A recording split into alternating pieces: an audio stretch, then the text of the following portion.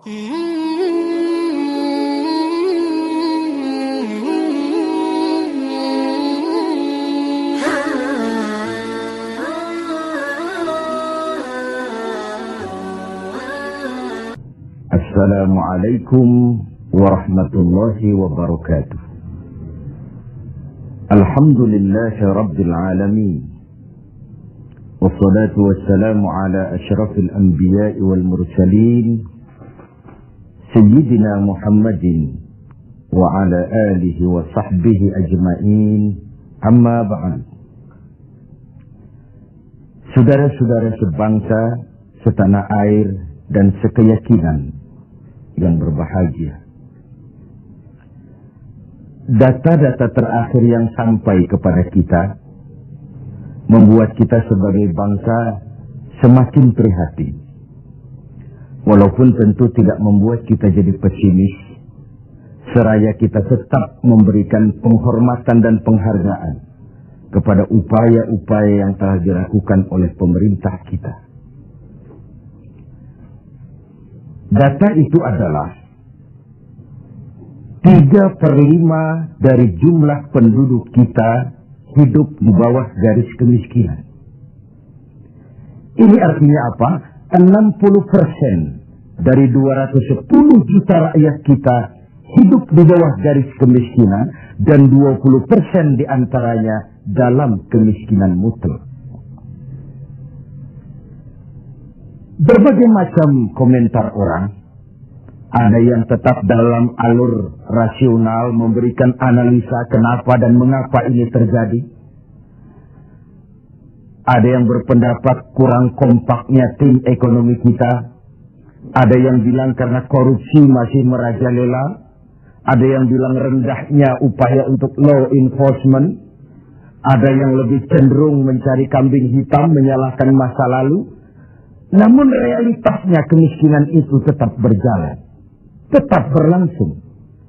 Sementara kita harus melakukan upaya-upaya di dalam alur kebersamaan terhadap kondisi yang dihadapi oleh mayoritas bangsa kita ini. Pada jumpa ini saya ingin menyampaikan sebuah hadis yang diriwayatkan oleh Imam Al-Hakim. Rasulullah sallallahu alaihi wasallam bersabda, Arba'un man kunna fihi nasyarallahu rahmatuh wa adkhalahu jannatuh. Ada 4 hal. Siapa saja yang mempunyai keempat hal ini, Allah akan pancarkan rahmat kepadanya. Allah akan pancarkan kasih sayang kepadanya dan dimasukkannya orang itu ke dalam surga. Mari kita lihat semua kita termasuk salah satu saja dari 4 hal yang dibicarakan ini. Yang pertama, man awa miskinan. Orang yang memberikan perlindungan, memberikan tempat tinggal, menaungi orang-orang yang miskin. Allah melebihkan rizki sebagian kita dari yang lain, agar dalam hidup terjadi take and give. Karena bagaimanapun kita ini saling memerlukan. Tidak ada orang hebat yang bisa hidup sendirian. Betapa dan siapapun kita memerlukan yang lain. 60% rakyat kita hidup di bawah garis kemiskinan dan bukan mereka punya mau. Padahal subhanallah, kita diberikan negara yang begini kaya, hijau, rangau, subur, makmur. Bumi kita mengandung gas, batu bara, minyak, laut kita kaya, hutan kita kaya. Negara kita kaya dan penduduk kita miskin. What's wrong? Tapi pertanyaan ini bisa mengundang berbagai macam polemik. Oleh karena itu, saya ingin mengetuk hati kita semua. Allah akan memancarkan rahmatnya kepada orang-orang yang santun, berpihak kepada orang-orang miskin. Hukum sering tidak berpihak kepada kemiskinan. Kebenaran sering tidak berpihak kepada kemiskinan. Sehingga dengan demikian, tersudutlah dia di pojok-pojok kehidupan. Padahal ini masalah kita bersama. Sementara Rasul dengan tegas memperingatkan, Wallahu fi aunil abdi, madama al-abdu fi auni akhi. Allah akan selalu menolong seorang hamba selama hamba itu masih mau menolong saudaranya. Jikalau kita sudah tidak punya kepedulian kepada saudara-saudara kita yang hidup di bawah garis kemiskinan, jikalau kita biarkan mereka meratap dalam keputusasaan, jangan heran Allah juga tidak akan pernah peduli dengan kita. Sementara kemalangan apa yang lebih besar dalam hidup ini, kalau Allah sudah tidak mau peduli dengan kita lagi. Rumah-rumah singgah tetap diperlukan. Pemandangan sehari-hari kita lihat anak-anak kita dalam usia sekolah terpaksa harus berjemur panas terik, terguyur hujan, tidur di tepi-tepi jalan oleh karena tekanan kehidupan, oleh karena sulitnya lapangan pekerjaan, oleh karena kemiskinan-kemiskinan yang dialami. Dan itu semua menjadi tanggung jawab kita untuk berbagi dalam kondisi yang seperti ini. Saudara-saudara sebangsa, setanah air, dan seiman yang tercinta. Dengan semangat ini, boleh jadi baju di rumah kita sudah tidak ada artinya. Tetapi ketika kita berikan kepada mereka, akan jadi besar artinya buat mereka. Sementara di rumah kita sendiri, kita sudah hampir lupa ada baju itu. Tidak tersentuh sama sekali. Beratkah kita memberikan sesuatu yang di tangan kita sudah tidak begitu berarti, sementara akan jadi pengarti yang paling besar bagi orang lain. Satu sisi ada orang sakit perut karena kekenyangan, sisi lain orang merintih karena kelaparan. Tidak bisakah kita menyisihkan sebagian saja supaya kita tidak berlebihan dan tetap sehat, sementara yang lain juga tetap tidak merintih kelaparan karena kekurangan makan? Kemiskinan merupakan musuh kita yang paling utama. Dan biang keladinya adalah belum stabilnya perekonomian kita. Penyebabnya bisa bermacam-macam. Karena kurang kompaknya tim ekonomi kita, iya. Karena warisan hutang, iya juga. Baik hutang pemerintah maupun hutang swasta. Karena orang-orang para pemimpin kita belum mampu melakukan terobosan-terobosan ekonomi yang menggembirakan, iya juga. Tapi rakyat kita sesungguhnya, kita lihat. Di lintasan pintu kereta, itu kadang-kadang penjaga pintu juga, kereta masih di mana-mana, pintu sudah ditutup. Panjang sekali antrian itu. Terbes sopir-sopir keringetan. Setengah jam nunggu kereta mau lewat. Ketika lewat keretanya memang 11 gerbong, panjang sekali.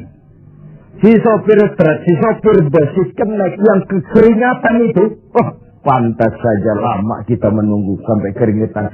Keretanya yang lewat panjang betul. Ada kepuasan batin. Sebaliknya bayangkan, sudah setengah jam nunggu keringetan, kepanasan, haus mencekik leher. Antrian mobil panjang di lintasan pintu kereta. Begitu lewat, yang lewat ini cuma lokomotif. Nyumpah kenek-kenek ke sopir sialan. Dikira apa setengah jam kita nunggu cuma begitu yang mau lewat. Ini artinya apa? Secara psikologis, rakyat kita ini mau menunggu. Rakyat kita ini mau berkorban. Rakyat kita ini mau memberikan apa yang mereka bisa untuk sesuatu yang besar, untuk sesuatu yang monumental, untuk sesuatu yang bisa merubah keadaan mereka. Jangan biarkan rakyat kita menunggu dengan kecewa karena begitu lama menunggu yang lewat cuma lokomotif, cuma kepala kereta yang lewat. Mereka merasa penantian setengah jam sia-sia, pengorbanan peras keringat, haus mencekik leher. Jadi konyol ketika yang lewat cuma sebuah lokomotif.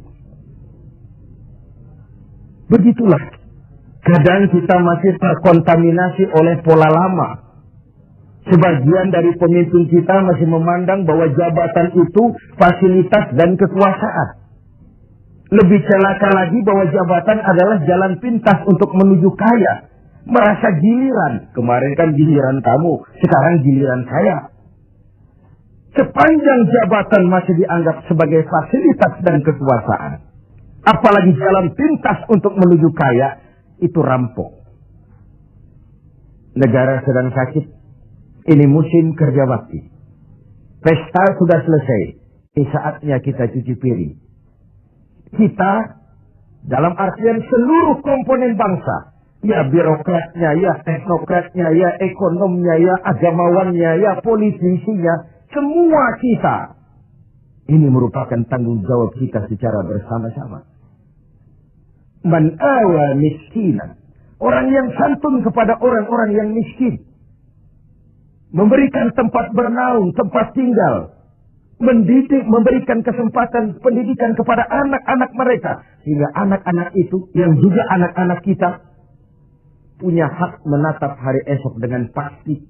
Punya hak menggantungkan harapan dan cita-cita. Seperti juga anak-anak lain punya harapan dan punya cita-cita. Marilah kita semua menyadari. Hidup ini sebuah putaran menunggu giliran. Dan jabatan adalah amanah. Sementara menyia-nyiakan amanah adalah khianat. Lebih jauh dari itu, agama mengajarkan apapun yang kita miliki dalam hidup ini sebuah titipan. Harta, titipan. Jabatan, titipan. Ilmu pengetahuan, titipan. Kalau titipan harus disikapi dengan dua. Pertama, titipan harus dijaga baik-baik. Masa ada orang datang ke rumah saya, Pak, saya titip mobil sebentar. Oh, silakan. Saat mobil diambil, kacanya pecah, bempernya penyok, robannya kempes, knalpotnya hilang, marah yang punya. Saya cuma titip, kenapa tidak dijaga baik-baik? Begitulah Allah menitipkan jabatan kepada kita. Saat nanti diambil jabatan itu berlumur korupsi, berlumur kezaliman, tipu daya, trik, rekayasa. Tentu marah yang menitip. Kau harus bertanggung jawab. Ini kan titipan. Kenapa tidak dijaga baik-baik? Harta titipan. Malahan, kalau saudara diberikan ilmu, pertanyaan akhirat cuma satu. Ilmumu kau amalkan untuk apa? Diberikan kita usia yang panjang, pertanyaan akhirat juga cuma satu. Usiamu kau habiskan di mana? Tapi diberikan kita harta, pengadilan akhirat akan bertanya dua. Hartamu kau dapat dari mana? Kau belanjakan kemana? Depan dan belakangnya ditanya, dari mana dan kemananya. Itu sebabnya Rasulullah berpesan, hasibu anfusakum qabla an tuhasadu. Hitung dirimu sebelum Allah yang menghitungnya. Dengan bahasa sekarang, kalau malam-malam ada baiknya kita putar film hidup kita ini. Sejak Acung balik sampai sekarang, lihat adegan-adegan yang pernah kita lakukan. Oh, tanggal sekian, bulan tahun sekian, saya nyolong, saya korup. Tanggal sekian, bulan sekian, saya nempeleng orang tanpa alasan yang benar. Putar film itu. Apa target dari semuanya? Kalau ada adegan yang tidak pantas, sekarang ini kita masih bisa melakukan sensor. Taubat maksudnya, pemutihan. Ada suara yang kurang jelas, masih bisa dubbing. Ada alur cerita yang kurang utuh, masih bisa editing. Proses sensor, proses editing, proses dubbing masih dimungkinkan sekarang. Sekarang, di dunia ini. Kalau nanti di padang mahsyar Allah yang memutar film kehidupan kita, tidak akan ada waktu lagi untuk sensor, dubbing, editing, yang ada tinggal pertanggungan jawab. Dan hari itu seperti sering kita baca dalam surah Yasin, al-yawma nakhtimu ala afwahihim wa tukallimuna aydihim wa tashhadu arjuluhum bima kanu yaksibun. Mulut mereka kami gembok, tangan mereka akan laporan, dan kaki mereka akan memberikan kesaksian terhadap apa saja yang telah mereka lakukan. Jabatan adalah titipan. Dia harus dijaga baik-baik. Yang kedua, kalau titipan tidak boleh membuat orang arogan, sombong. Dititipi, sekadar dititipi kok sombong. Apa alasannya? Orang titip mobil ke rumah saya, yang punya mobil pergi, saya petatang-peteteng, membangga-banggakan. Ini mobil hebat, ini mobil mutakhir, ini mobil canggih. Mobil orang titip. Begitulah kita. Ini jabatan, titipan. Kenapa harus sombong? Ini harta, titipan. Kenapa mesti sombong? Ini ilmu pengetahuan, titipan. Kenapa harus sombong? Titipan tidak perlu membuat kita jadi arogan. Bahkan kalau dia jabatan itu top. Kata orang Belanda, legend is louden.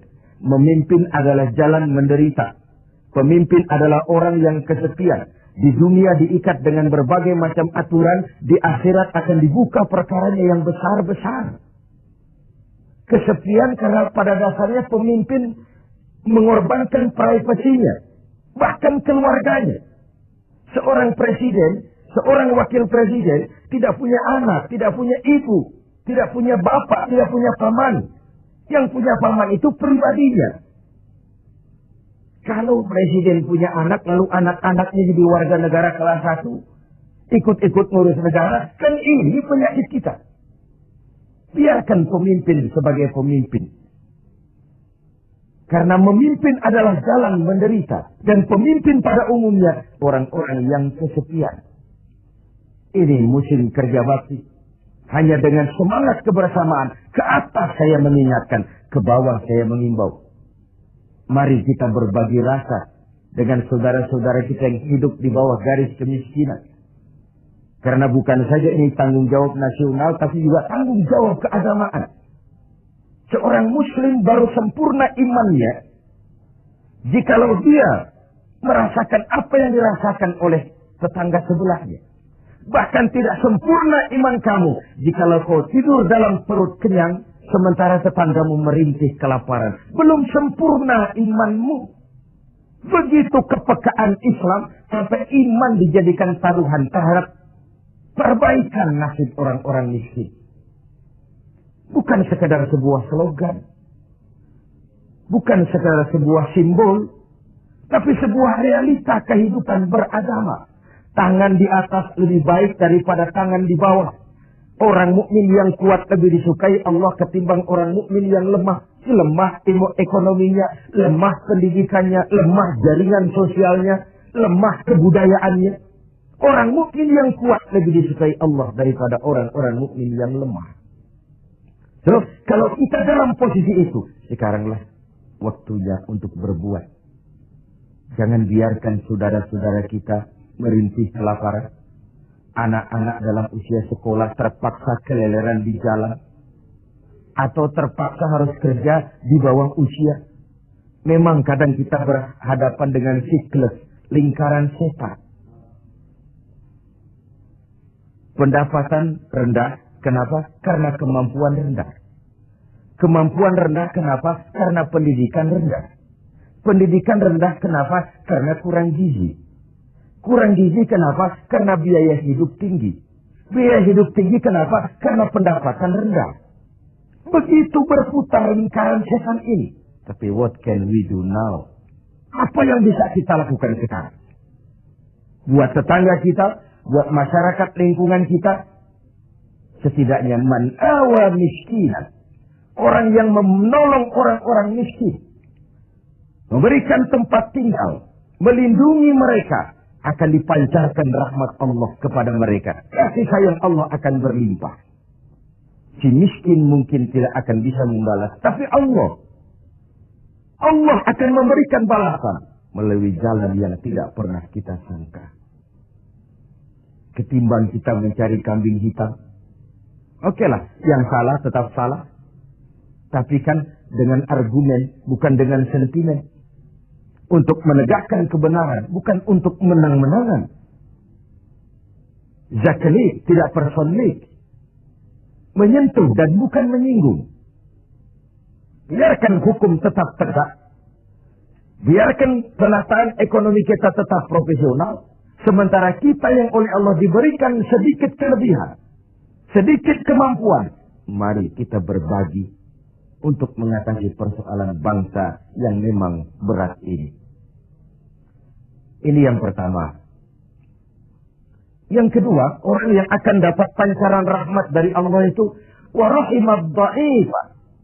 Orang yang punya sifat belas kasih kepada mereka yang lemah. Keberpihakan kepada orang-orang yang tidak berdaya. Tadi saya katakan, kebenaran jarang berpihak kepada si miskin dan si lemah. Hukum sering tidak berpihak kepada si miskin dan si lemah. Tengoklah sekarang. Kalau orang besar punya banyak uang, dapat masalah, tim pembelanya itu antri. Tim, bukan lagi 1-2 orang, tim. Paling sedikit 3 orang.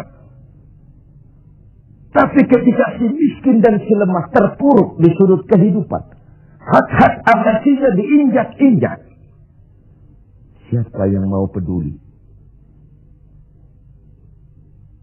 Masih segar dalam ingatan kita nasib yang menimpa Marsina, Sengkon dan Karta, wartawan Udin, koran Bernas. Itu sekadar yang naik ke permukaan. Entah berapa puluh Marsinah di Republik ini. Entah berapa banyak Sengkon dan Karta di negeri ini. Entah berapa banyak Udin Bernas di bumi tercinta ini. Sehingga orang sering mengeluh. Banyak pengadilan, tapi sulit mencari keadilan.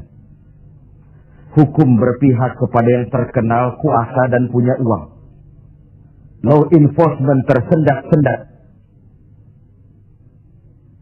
Kalau sudah orang beruang, ternama, punya masalah, antri yang bela.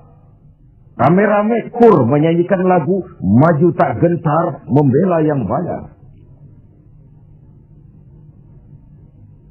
Sementara si lemah, si miskin, terseok-seok mencari keadilan. Merintih ketika hak asasinya diinjak-injak. Dan tidak tersentuh sama sekali. Sebagai refleksi dari itu, jangan heran kalau lalu muncul street justice. Pengadilan jalanan, maling motor, tangkap, bakar. Refleksi dari ketidakpuasan rakyat melihat hukum selama ini. Di mana rakyat menyaksikan dengan mata telanjang kalau orang kecil berbuat salah, hukum cepat-cepat ditegakkan. Kalau yang besar salah, orang diam pura-pura tidak mengerti. Di situ tumbuhnya luka rasa keadilan. Karena hukum begitu berpihak. Di kalangan elit di atas sering terjadi bargaining untuk kepentingan pribadi mereka. Dengan label atas nama rakyat. Mewakili rakyat. Demi rakyat. Untuk rakyat. Rakyat sendiri nggak pernah tahu kalau di atas namakan. Nyaris rakyat kita lebih sering jadi address. Orang numpang alamat. Karena terjadi bargaining position. Untuk saling menutupi aib dan koreng masing-masing. Masing-masing memegang kartu truf. Kamu bongkar, saya bongkar. Kamu ngomong, saya ngomong. Maka upaya menegakkan hukum jadi semakin terseok-seok adanya. Saudara-saudara sebangsa, setanah air, dan seiman yang tercinta. Keberpihakan kepada orang yang lemah dan tidak berdaya. Bukan karena kita kepengen jadi hero. Tidak. Ini bagian dari ibadah. Bagian dari ibadah. Of course, lebih nikmat berpihak kepada kekuasaan memang. Numpang mujur, ikut nimbrung. Kekuasaan itu gula. Tentu saja banyak semut di sekitarnya. Harta juga manis. Banyak gula di sekelilingnya. Sampai-sampai ada pepatah Arab mengatakan, Innad darahima fil amakini kulliha taksur rijala mahabatan wa jalala. Uang dan kekuasaan itu di mana-mana bikin gagah orang yang memilikinya. Bikin hebat orang yang menguasainya. Orang yang punya uang dengan yang tidak punya uang, janganlah gaya hidupnya, gaya jalannya saja lain. Yang kecil-kecilan sajalah. Teman-teman kita yang kerja di bangunan itu, buruh bangunan itu. Kemis sama Sabtu sore lain jalannya. Sabtu sore pun jalannya gagah. Kenapa? Habis gajian. Tapi kalau Selasa, Kemis, lesu, lelah, letih, gaya jalannya saja lain. Dan agak nyinyir memang, tapi realitas. Wahia silahun liman arada qitalan. Wahia lisanun liman arada fasahatan. Uang dan kekuasaan adalah senjata yang paling ampuh bagi orang yang mau bertempur. Nuklir bahkan sekalipun bisa nggak bunyi kalau disumpal dengan uang. Apalagi meriam, tank, pistol, semua tidak bunyi kalau disumpal dengan uang. Dia adalah senjata yang paling ampuh bagi orang yang mau maju ke medan perang. Dan lisanun liman arada fasahatan. Lidah yang paling fasih bagi orang yang mau bicara. Bicara dengan menggunakan retorika muter-muter menghanyutkan orang. Masih buntu. Coba uang yang bicara. Lewat semua. Ya secara guyonan. Anak-anak sering bilang. Ada fulus, mulus. Tidak ada fulus, manfus. Kata Arab Indonesia. Ada fulus, mulus. Tidak ada fulus, manfus. Apakah harus seperti itu budaya kita?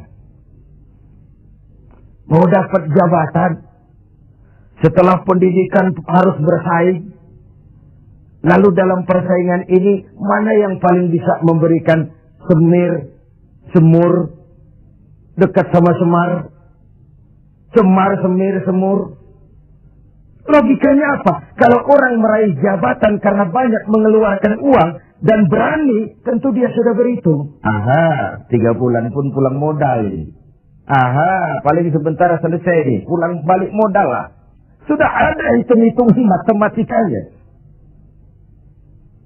Kalau ini yang terjadi, orang naik meroleh jabatan karena banyak mengeluarkan uang, maka hal pertama yang dia lakukan setelah menjabat ialah bagaimana pulang modal. Setelah pulang modal, bagaimana cari untung. Pengabdian nomor 19. Rakyat nomor 26. Saya pakai modal besar kok ini. Dipandangnya lah jabatan sebagai jalan pintas untuk menuju kaya. Benar kalau Rasulullah mengajarkan jangan berikan jabatan kepada orang yang memintanya. Memintanya pun jangan, apalagi sampai nyogok-nyogok, kasih semir, kasih uang. Karena orang yang meminta mesti punya motivasi, sedangkan jabatan adalah amanah. Menyia-nyiakan amanah merupakan dosa yang amat besar. Saudara-saudara seiman dan sekeyakinan yang berbahagia. Setiap kita pemimpin. Setiap pemimpin akan dimintakan pertanggungjawab terhadap apa saja yang dipimpinnya. Suami pemimpin di rumah tangganya. Ibu pemimpin bagi anak-anaknya. Pemuda pemimpin bagi dirinya. Pak Lurah pemimpin di kelurahannya. Setiap kita pemimpin dan setiap kita akan dimintakan pertanggungjawab terhadap apa saja yang kita pimpin. Sungguh pun itu kecil kita sembunyikan dari pandangan orang banyak. Namun Qadra Rabbul Jalil Maha mengetahui. Inilah etika otonom. Merasakan kehadiran Allah dekat dalam hidup. Ada sebuah karikatur. Seorang kiai punya murid santri 40 orang. Dari 40 orang ini ada 1 orang yang mendapat perhatian agak istimewa dari kiainya. Santri-santri yang lain protes. Kiai, kami ini semua kan santrinya kiai.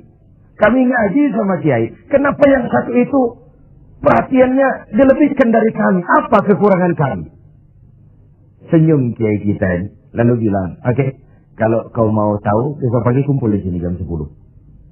Esoknya jam 10 kumpul 40 santri, termasuk yang dapat perhatian istimewa tadi. Anak-anakku, kata kiai, Hari ini saya ingin memberikan pelajaran kepada kalian semua. Masing-masing kalian aku berikan seekor anak ayam dan sebilah pisau. Bertebaranlah kalian dengan anak ayam seekor dan sebilah pisau ini. Cari tempat yang tidak ada yang lihat. Sembelih ayam itu di situ. Cari tempat yang tidak ada yang lihat. Sembelih ayam itu di situ. Anak ayam itu. Bertebaranlah santri mencari tempat yang dipesan kiai tadi. Cari tempat yang tidak ada yang lihat. Ada yang masuk ke dalam gua. Gelap, tengok kiri kanan, tidak ada orang. Potong anak ayamnya. Ada yang cari semak belukar. Noleh kiri kanan, tidak ada orang. Potong. Ada yang naik ke gunung tinggi. Ada yang ke tepian sungai. Macam-macam. Alhasil, pada waktu yang ditentukan berkumpullah ke 40 santri ini. Bagaimana? Tanya Pak Kiai kita. Lapor Kiai, sudah kami sembelih semua. Sudah semua, sudah. Majulah santri yang satu ini, yang dapat perhatian lebih ini. Saya, Kiai, kenapa? Saya tidak bisa menyembelih anak ayam yang Kiai berikan tadi. Kenapa? Kenapa tidak kau sembelih? Tadi waktu mau berangkat Kiai pesan, cari tempat yang tidak ada yang lihat, sembelih anak ayam itu di sana. Saya sudah berusaha Kiai. Saya pergi ke gunung yang tinggi, ke lembah yang curam, ke semak belukar, ke hutan belantara, ke dalam gua bahkan. Tetapi kemanapun saya pergi, dimanapun saya berada, Allah tetap melihat Kiai. Saya tidak bisa menyembelih ayam, anak ayam ini seperti pesan Kiai tadi. Kiai senyum, lalu menghadapi 39 santri yang lain. Nah, kau tahu kan kenapa dia lebih istimewa dari kalian semua? Dia punya etika otonom. Dia merasakan kehadiran Allah dekat dalam hidup. Tengoklah dalam upaya memberantas korupsi di negeri ini. Berapa banyak tim yang sudah kita bentuk. Berapa banyak operasi yang sudah kita lancarkan. Entah yang namanya operasi kilat, operasi Raja Wali, operasi Halilintar, operasi Gledek. Tim ini, tim itu, tim ini, tim itu.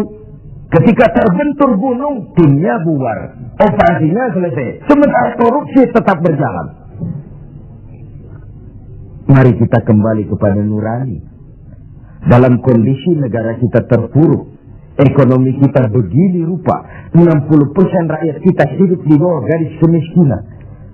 Masih bisakah kita menyalahgunakan jabatan untuk kekayaan pribadi? Masih maukah kita memperkaya kelompok sendiri dengan menyia-nyiakan rakyat banyak? Masih tegakah kita bermain-main dengan hukum? Kita tahu sesuatu itu benar, tapi terus kita injak. Kita tahu sesuatu itu salah, tapi terus kita kerjakan. Kita tahu sesuatu itu benar, tapi kita tidak berupaya membelanya. Benar, kalau Rasulullah Shallallahu Alaihi Wasallam pernah mengajarkan sebuah doa. Allahumma arinal haqqa haqqa warzuqna ittiba'ah wa arinal batila batilan warzuqna ijtinabah.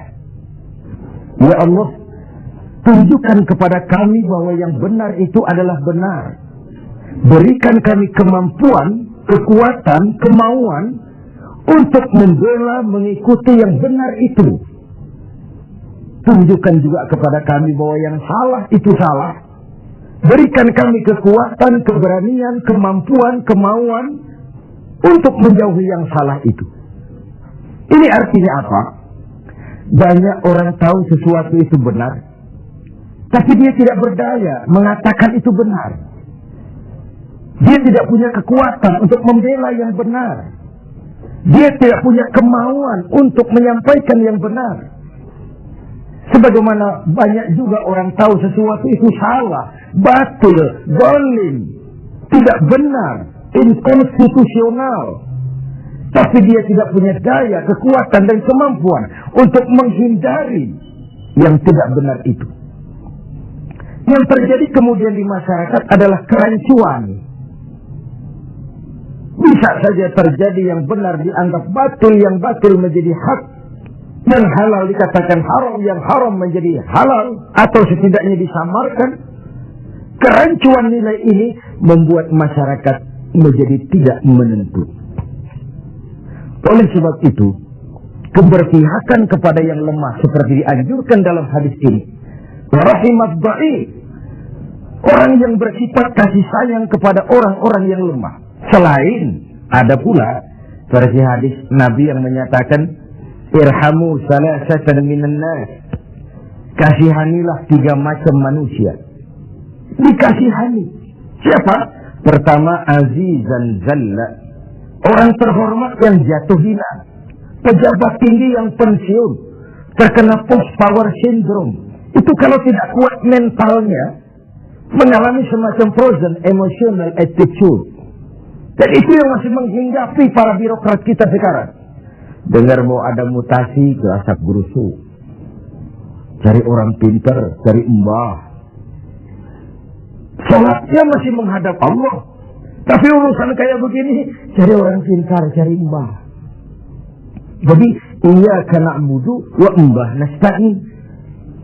Ini kan tidak konsisten, mukhtalif, mencampur aduk yang hak dengan yang batil. Akhirnya segala macam cara diusahakan. Dia merawat jabatannya bukan dengan prestasi kerja yang baik, bukan dengan kondite karena memang melaksanakan tugas dengan sebagaimana mestinya, tapi banyak melakukan menangi atasan, suap sana, semir sini, semur situ. Azizan zalla, orang terhormat yang jatuh hina, terkena post power syndrome, tidak sadar hidup ini kok cuma nunggu giliran kan. Ada saat datang, ada waktu pergi, ada hari lahir, ada saat kembali, ada waktu dilantik, ada saat menyerahkan jawatan. Wa tilkal ayyamu nudawiluha bainan nas. Hari itu kami putar di antara manusia. Apa yang kekal? Yang tetap adalah perubahan. Perubahan itulah yang tetap itu. Ini yang pertama. Yang kedua, ghaniyan qad iftaqar, orang kaya yang jatuh miskin. Ini kalau tidak kuat mentalnya bisa gila. Hidup serba ada, sama dengan pejabat tinggi. Datang dihormati, kemana-mana dikawal, tiba-tiba pensiun nongkrong di warung Tegal, nggak ada yang negor. Kalau tidak kuat mentalnya, dia bisa sableng. Orang kaya yang jatuh miskin, biasa hidup serba ada, serba mewah, serba uang. Tahu-tahu dihadapkan oleh kenyataan dia tidak punya apa-apa. Dia bukan apa-apa. Itulah sebabnya kalimat inna lillahi wa inna ilaihi raji'un bukan sebuah ucapan sekadar saat kita menghadapi musibah. Itu kesadaran batin yang paling tinggi dari seorang muslim. Segalanya datang dari Allah, segalanya akan kembali kepada Allah. Kalau satu saat saya harus melepaskan jabatan yang saya senangi, kenapa harus berat? Bukankah ketika terlahir dahulu tidak ada jabatan yang saya bawa? Kalau saya harus melepaskan harta yang saya miliki, kenapa saya harus berat? Bukankah ketika terlahir ke dunia ini tidak sesen pun uang yang saya bawa? Inna lillah, segalanya dari Allah, segalanya akan kembali juga kepada Allah. Kesadaran moral yang paling tinggi, segalanya dari Allah, segalanya akan kembali kepada Allah. Lalu orang ketiga yang perlu dikasihani kata Nabi, faqihan yal'abu bihil juhal, ahli fikih, ahli hukum, ngerti syariat, tapi dipermainkan oleh orang bodoh yang kebetulan punya uang dan kekuasaan. Dan uang serta kekuasaan itulah yang jadi sponsor. Tolong carikan dalil supaya ini kelihatannya halal. Paling tidak haram-haram dikit lah. Sibuklah si ahli fikih buka kitab, carikan dalil untuk menghalalkan yang haram itu. Tolong carikan alasan supaya ini boleh. Sibuk menurunkan kitab untuk memberikan legitimasi terhadap kebatilan. Orang ahli fikih yang dipermainkan oleh orang bodoh yang punya uang dan kekuasaan. Inilah realitas. Sehingga benar kalau Nabi mengatakan sebaik-baik umara adalah yang mendekati ulama. Sejelek-jelek ulama yang mendekati umara. Kalau umara mendekati ulama, tendensinya apa? Mau minta proyek sama kiai? Tentu tidak, paling minta didoakan, minta yang baik-baik. Tapi kalau umara membebek, mendekat, menjilat kepada ulama, menjilat, mendekat, membebek kepada umara, tentu ada something, ada sesuatu. Saudara-saudara yang terhormat, saya kembali kepada masalah 4 hal yang mendatangkan rahmat Allah tadi, yaitu yang kedua, rahimad dhaif, orang yang bersifat belas kasih kepada orang-orang yang lemah, keberpihakan kepada rakyat. Ini yang diperlukan sekarang. Ini akan menumbuhkan trust, kepercayaan. Kita bicara soal kesulitan ekonomi, ini kan masalah yang sudah mendunia. Bukan cuma Indonesia, tapi tetangga-tetangga kita sudah hampir sembuh semua. Malaysia sudah sembuh, Thailand sudah sembuh, Filipina sembuh, bahkan Korea lebih menakjubkan. Bukan saja sembuh, tapi dia sudah tidak menyangkut paut lagi dengan negara donornya, IMF. Sudah diselesaikan hutangnya. Apa yang dilakukan Korea? Membangun semangat kebersamaan. Rakyatnya mengumpulkan emas sekian ton. Pemerintah mengeluarkan obligasi. Kok mau rakyat mengumpulkan emas? Itu tadi. Masih ingat? Sopir truk, sopir bus, kenek-kenek nunggu setengah jam di lintasan pintu kereta. Kalau lokomotifnya yang panjang lewat, ada kepuasan batin. Trust. Rakyat percaya kepada pemimpinnya. Ini yang perlu ditumbuh kembangkan. Tidak terkumpullah emas sekian ton. Lalu Korea menghidupkan yang namanya home industry. Tulang punggung perekonomian tetap koperasi yang bersifat kerakyatan. Dan dia berhasil bangkit dari kesulitan ekonomi. Rasa kepercayaan itu penting.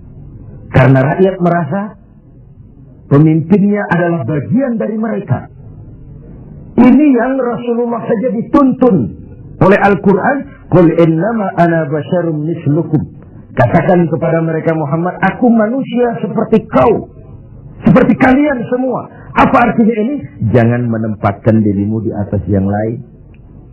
Jangan pemimpin mendatangi rakyat sebagai sosok penguasa, sebagai sosok malaikat, sebagai sosok sinterklas. Datanglah kepada rakyat sebagai bagian daripada rakyat itu sendiri. Saya tertarik dengan ungkapan Presiden Republik Rakyat Cina pada saat dilantik.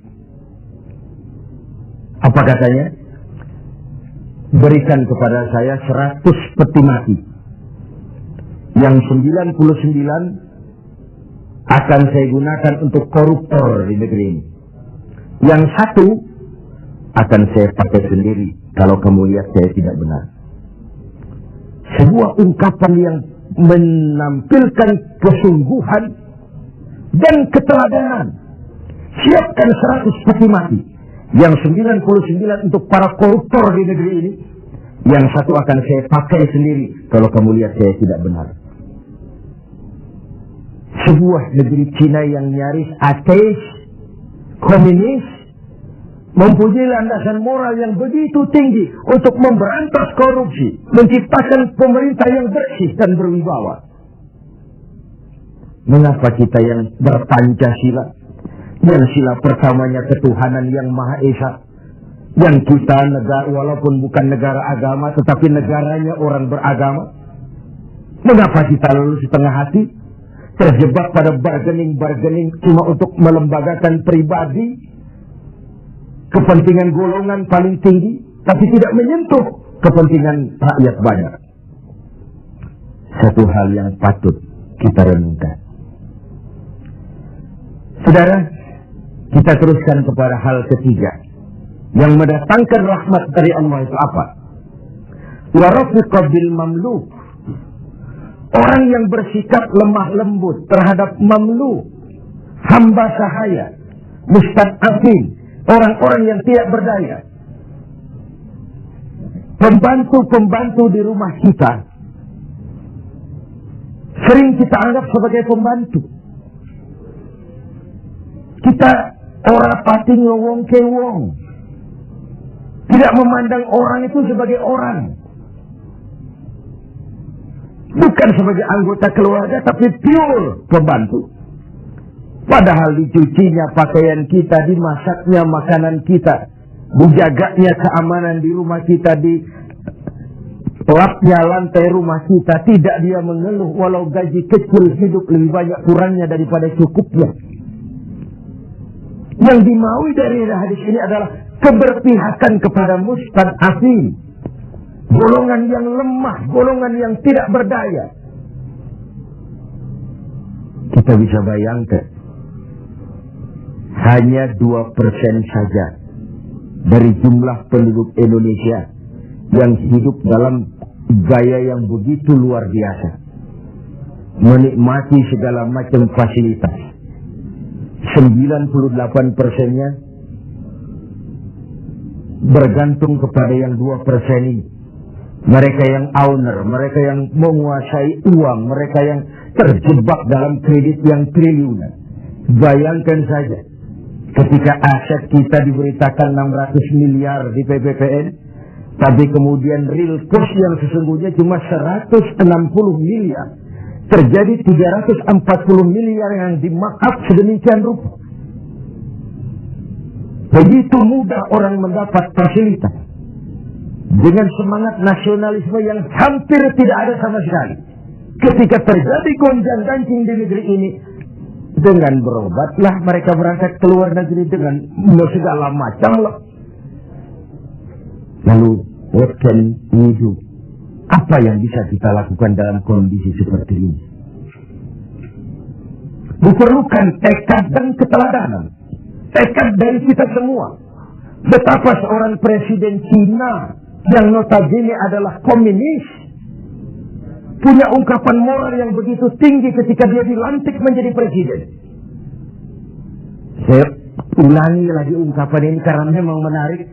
Berikan aku 100 peti mati, yang 99 akan aku gunakan buat koruptor, yang satu aku pakai sendiri kalau kau lihat aku tidak benar. Ini kan senapas benar dengan pidato pelantikan Abu Bakar As-Siddiq, Umar Ibn Khattab. Kalau kau lihat aku benar, bantulah aku.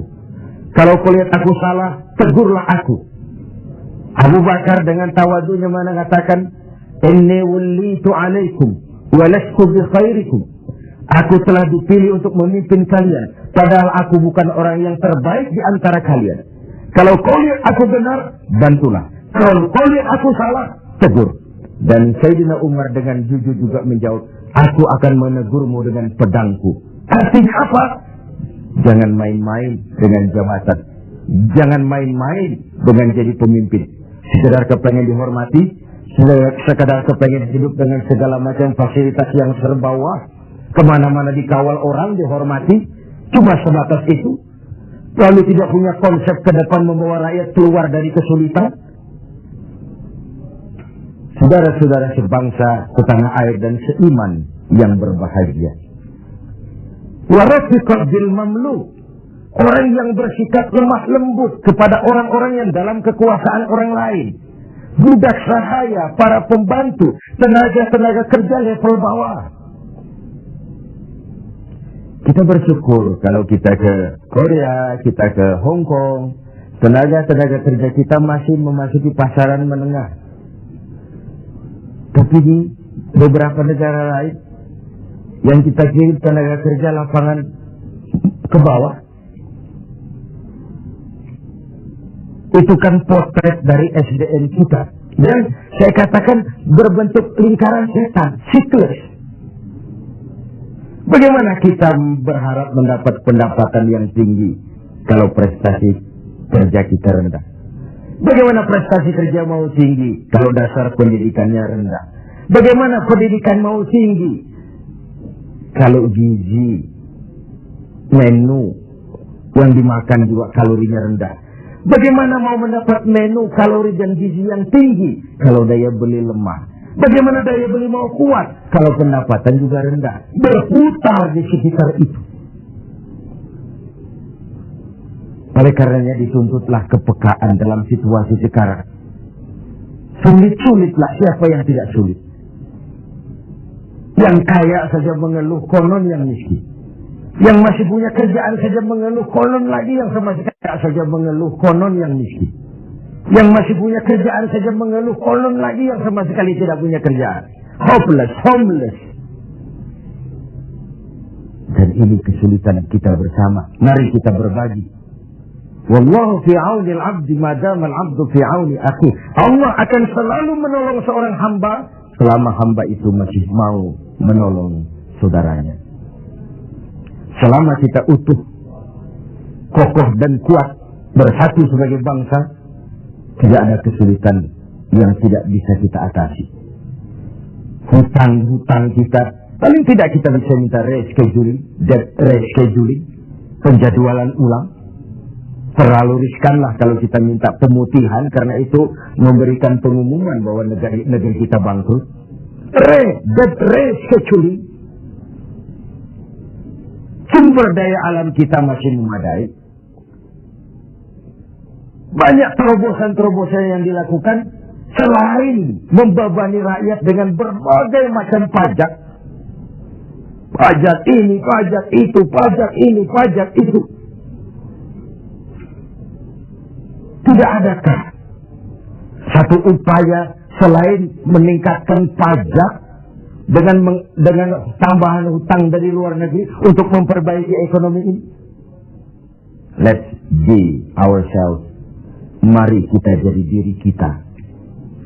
Selama ini kita gagal barangkali sebagai bangsa oleh karena kita tidak mau menjadi diri kita.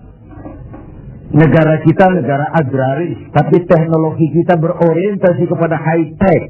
High tech itu artinya high cost, tetapi sekaligus high risk. Yang kita perlukan teknologi yang mengarah kepada agro.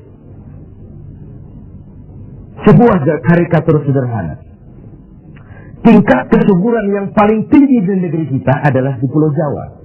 Humus kesuburannya itu sampai 15 meter ke bawah. Sedangkan di luar Jawa rata-rata 15 cm tingkat kesuburannya. Wajar kalau lalu ada lahan berpindah, ladang berpindah. Karena tingkat humus kesuburannya cuma 15 cm dari permukaan. Apa yang kemudian terjadi? Tanah-tanah yang subur di Jawa ini ditanami gedung, ditanami beton. Untuk kepentingan high-tech. Lalu sawah kita buatlah di Kalimantan Tengah, lahan 1 juta hektar, tanahnya gambut, proyek gagal total, triliunan uang menguap. Entah yang dimakap, entah yang disalah alirkan, habislah akhirnya uang setan dimakan jin. Let's be ourselves. Mari kita jadi diri kita. Sebab hanya orang yang tahu benar dirinya, dia akan bisa menempatkan diri.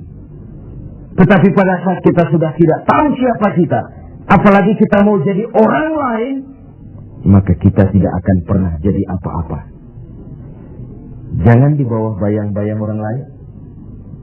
Karena bagaimanapun negara donor mau memberikan bantuan karena kepentingan. Apalagi jangan mau jadi orang lain. Jadilah diri kita, itu yang sejatinya. Semangat gotong royong, kebersamaan, kepedulian sebagai budaya yang dimiliki orang-orang tua kita nyaris tercabut dari kehidupan kita. Terjebak euforia, tiba-tiba saja atas nama kebebasan, atas nama demokrasi, kita seakan tercabut dari akar budaya kita. Kita yang santun jadi beringas, kita yang rukun jadi saling mencurigai, kita yang toleran tiba-tiba bermusuhan. What's wrong? Apa sih sebenarnya? Siapa melawan siapa? Siapa nyurigai siapa? Siapa membunuh siapa? Kita anak-anak bangsa satu tubuh yang lahir dari rahim Ibu Pertiwi. Pada layaknya menghadapi kesulitan-kesulitan seperti ini, kita bahu-membahu. Saya ingat almarhum Panglima Besar Sudirman punya ungkapan, tidak ada kemenangan kalau tidak ada kekuatan. Tidak ada kekuatan kalau tidak ada persatuan dan kesatuan. Tidak mungkin terwujud persatuan dan kesatuan tanpa semangat silaturahmi. Mau menang kita keluar dari kesulitan besar ini, harus kuat. Mau kuat kita, harus bersatu. Mau bersatu kita, hidupkan budaya silaturahmi. Islah, kata orang sekarang. Rekonsiliasi, bahasa kerennya. Tidak hanya pada saat memang ada benih-benih disintegrasi, tapi dalam kondisi yang normal. Silaturahmi dilakukan dalam posisi kita sebagai bagian dari rakyat kita. Rakyat memilih pemimpinnya bukan cuma untuk membuka, meresmikan, berkunjung, meresmikan, membuka, meresmikan, berkunjung. Rakyat memberikan amanah kepada kita untuk mengubah keadaan ini, membawa mereka ke arah kehidupan yang lebih pasti dan lebih baik. Saudara-saudara seiman, hal keempat, terakhir, yang mendatangkan rahmat dari Allah adalah wa anfaqa 'alal walidain. Orang yang membelanjakan hartanya untuk kedua orang tuanya. Pada skala yang makro, bagaimana generasi muda menghormati generasi tuanya. Satu hal yang pasti, orang-orang tua kita pernah muda dan kita belum pernah tua. Artinya apa? Paling tidak kita bisa menimba pengalaman. Hidup adalah mata rantai yang berkaitan. Sebuah sukses besar mestilah berangkat dari hal-hal sebelumnya. Listrik yang ditemukan Thomas Alva Edison, mungkin tidak secanggih listrik sekarang. Tapi kapanpun orang bicara listrik, Thomas Edison juga yang kita ingat. Orang-orang tua kita yang telah berjasa membangun negeri ini dengan keringat, air mata, darah, dan nyawa. Hanya bangsa yang besar yang bisa menghargai para pahlawannya. Hanya generasi terhormat yang bisa menghormati orang-orang sebelumnya. Hidup mata rantai yang saling berkaitan. Betapapun hebatnya kita sekarang, kita tetap merupakan produk dari masa lalu. Itu pada skala makro. Pada skala mikronya, menghormati ibu bapak. Tidak ada bahagia bisa ditegakkan tanpa restu keduanya. Dalam hidup kita sering berziarah ke makam-makam yang kita anggap keramat. Tapi sadarkah kita, keramat hidup itu ada di rumah kita. Ibu dan bapak kita. Doanya mustajab, sumpahnya pun manjur. Sehingga Nabi ingatkan, ridallah fi ridal walidain, wa suhtullah fi suhtul walidain. Ridho Allah dalam keridhaan ibu bapak. Murka Allah juga dalam murka ibu dan bapak. Agama mengenal kisah Jurayj. Budaya bangsa kita mengenal kisah Simalin Kundang. Sebuah potret. Tidak ada bahagia bisa ditegakkan tanpa restu dari ibu dan bapak. Ada orang mengungkapkan, kalau orang tua kaya, anak jadi raja. Kalau anak yang kaya, orang tua sering jadi budak. Sukses anaknya di ibu kota, ayolah Pak ikut saja ke Jakarta, Ma ikut saja ke Jakarta. Sudahlah tinggal saja di rumah, diam saja, gak usah kerja apa-apa. Biasa di desa dengan segala aktivitas, begitu ke Jakarta diam, kan tak enak juga orang tua. Akhirnya mulai nyapu-nyapu halaman. Akhirnya tak enak lagi mulai bantu-bantu ngepel. Dan begitu seterusnya. Berapa banyak pun uang kita belanjakan untuk membahagiakan ibu dan bapak, tidak akan pernah sanggup menebus air susu ibu yang kita minum. Ayah yang pergi pagi pulang petang, peras keringat, banting tulang, kehujanan dan kepanasan untuk membesarkan dan mendidik kita supaya jadi orang. Sering setelah jadi orang, lupa kacang akan kulitnya. Saudara-saudara sebangsa dan setanah air yang berbahagia. Mudah-mudahan 4 hal yang saya sampaikan pada hadis yang diriwayatkan oleh Al-Hakim ini menjadi sumbangan moral untuk lebih meningkatkan kepedulian dan ikut andil dalam memberikan solusi bagi bangsa dan negara tercinta ini. Jumpa lagi di lain kesempatan. Usikum wa nafsi bitaqwallah. Wassalamualaikum warahmatullahi wabarakatuh. Mm-hmm.